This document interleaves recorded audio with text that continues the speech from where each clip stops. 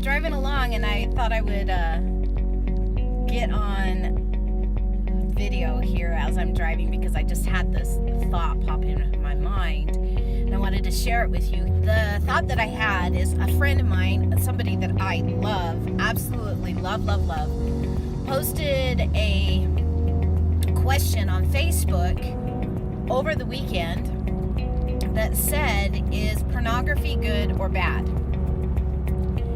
And I had all sorts of stuff come up for me about this because I spent a significant amount of time with this woman last week, and I know how passionately she is against pornography and actually said out loud, I hate pornography, it has destroyed my family. And so I'm already aware of her stance on pornography. So, like all addictions, it is not the substance itself that is good or bad. It is, for me, pornography is pornography, just like energy is energy is energy. It isn't the object that is the problem, it is how the human is interacting with the object.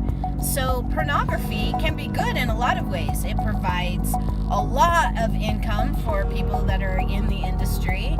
It provides an outlet for people that may not have a partner or people that are interested in that kind of lifestyle. It is a creative endeavor.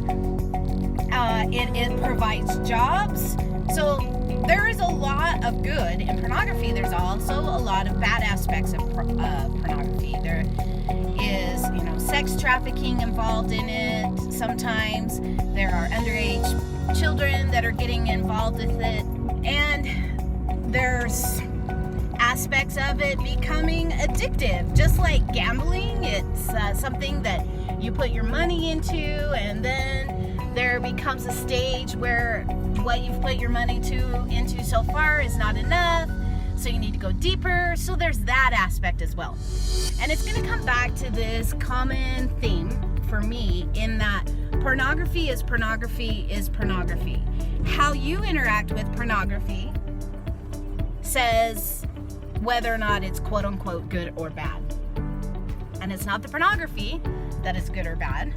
It's not even your choices to participate in pornography that is good or bad. The outcomes, the consequences of those choices can be really uncomfortable, but that's also neither good nor bad. This tendency that humans have to make life about good and bad, right and wrong, pure and evil, is a way of separating ourselves from one another and creating the energy of us versus them. Now, what I know to be true about pornography is, like I mentioned, there are light aspects to it and there are dark aspects to it. And like all moral topics, you can debate this until the cows come home, and you either believe that it's worthy or you don't. And often people don't cross over to the other side. Just like abortion, just like religion, these are topics that are moral choices. They are topics that there's a lot of judgment on them. There's topics of if you don't believe like I believe, then you're bad and I'm right or I'm good. So my invitation to you today is the same invitation that I give my clients who are experiencing addiction or going through rehab for addiction. The substance that you're addicted to, whether it's pornography, sex, food, sugar, alcohol, drugs, whatever you're addicted to is not the problem. The underlying issues of why you're choosing that instead of choosing life, why you're choosing this to numb out, why you're choosing this to detach, that is where the healing is. If you find yourself addicted to pornography or alcohol or illicit behaviors or infidelity or dishonesty, there's a lot of things on this planet to which you can be addicted. Healing the addictive behavior is what's necessary.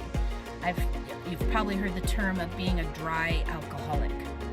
That is someone who no longer drinks alcohol, but they have not healed the addictive behavior. And usually what happens is they go from the inappropriate addiction, the thing that was getting them into trouble, like alcohol, they jump into another realm to work out their addictive behaviors. If you are addicted to pornography or anything else, if you are using any other substance or activity to numb you from your life or take you out of your life, the juice is exploring underneath that, not blaming the object, not blaming the pornography or the drugs or the alcohol or the other person, and not blaming yourself for making those choices, but actually getting underneath the activity of those choices, actually looking what's driving those choices. So questions like, what is it that I am choosing to avoid by practicing this addictive behavior? What is it that I am choosing to not look at? What do I need to see? How can I express myself more fully by being completely aware of my draw to this activity or substance? For me, pornography, watching it or reading or erotica is sometimes a release, and it isn't something that I do to avoid my life. So there are aspects of everything to which someone can be addicted to that are healthy, that are actually in alignment with being on purpose. So explore, where are the areas that you may be addicted? What are the things that you can look at to unleash whatever is inside that addiction? What is inside the choice to smoke, drink, sex, lie, cheat over and over and over again? What's inside there? Because inside there is magic. Uncovering that nugget is where your potential is. So, thank you for being here with me, and thank you for sharing this with your friends and your loved ones as we build this community of epic sensitives. Create yourself a beautiful day. I love you so much. Bye-bye.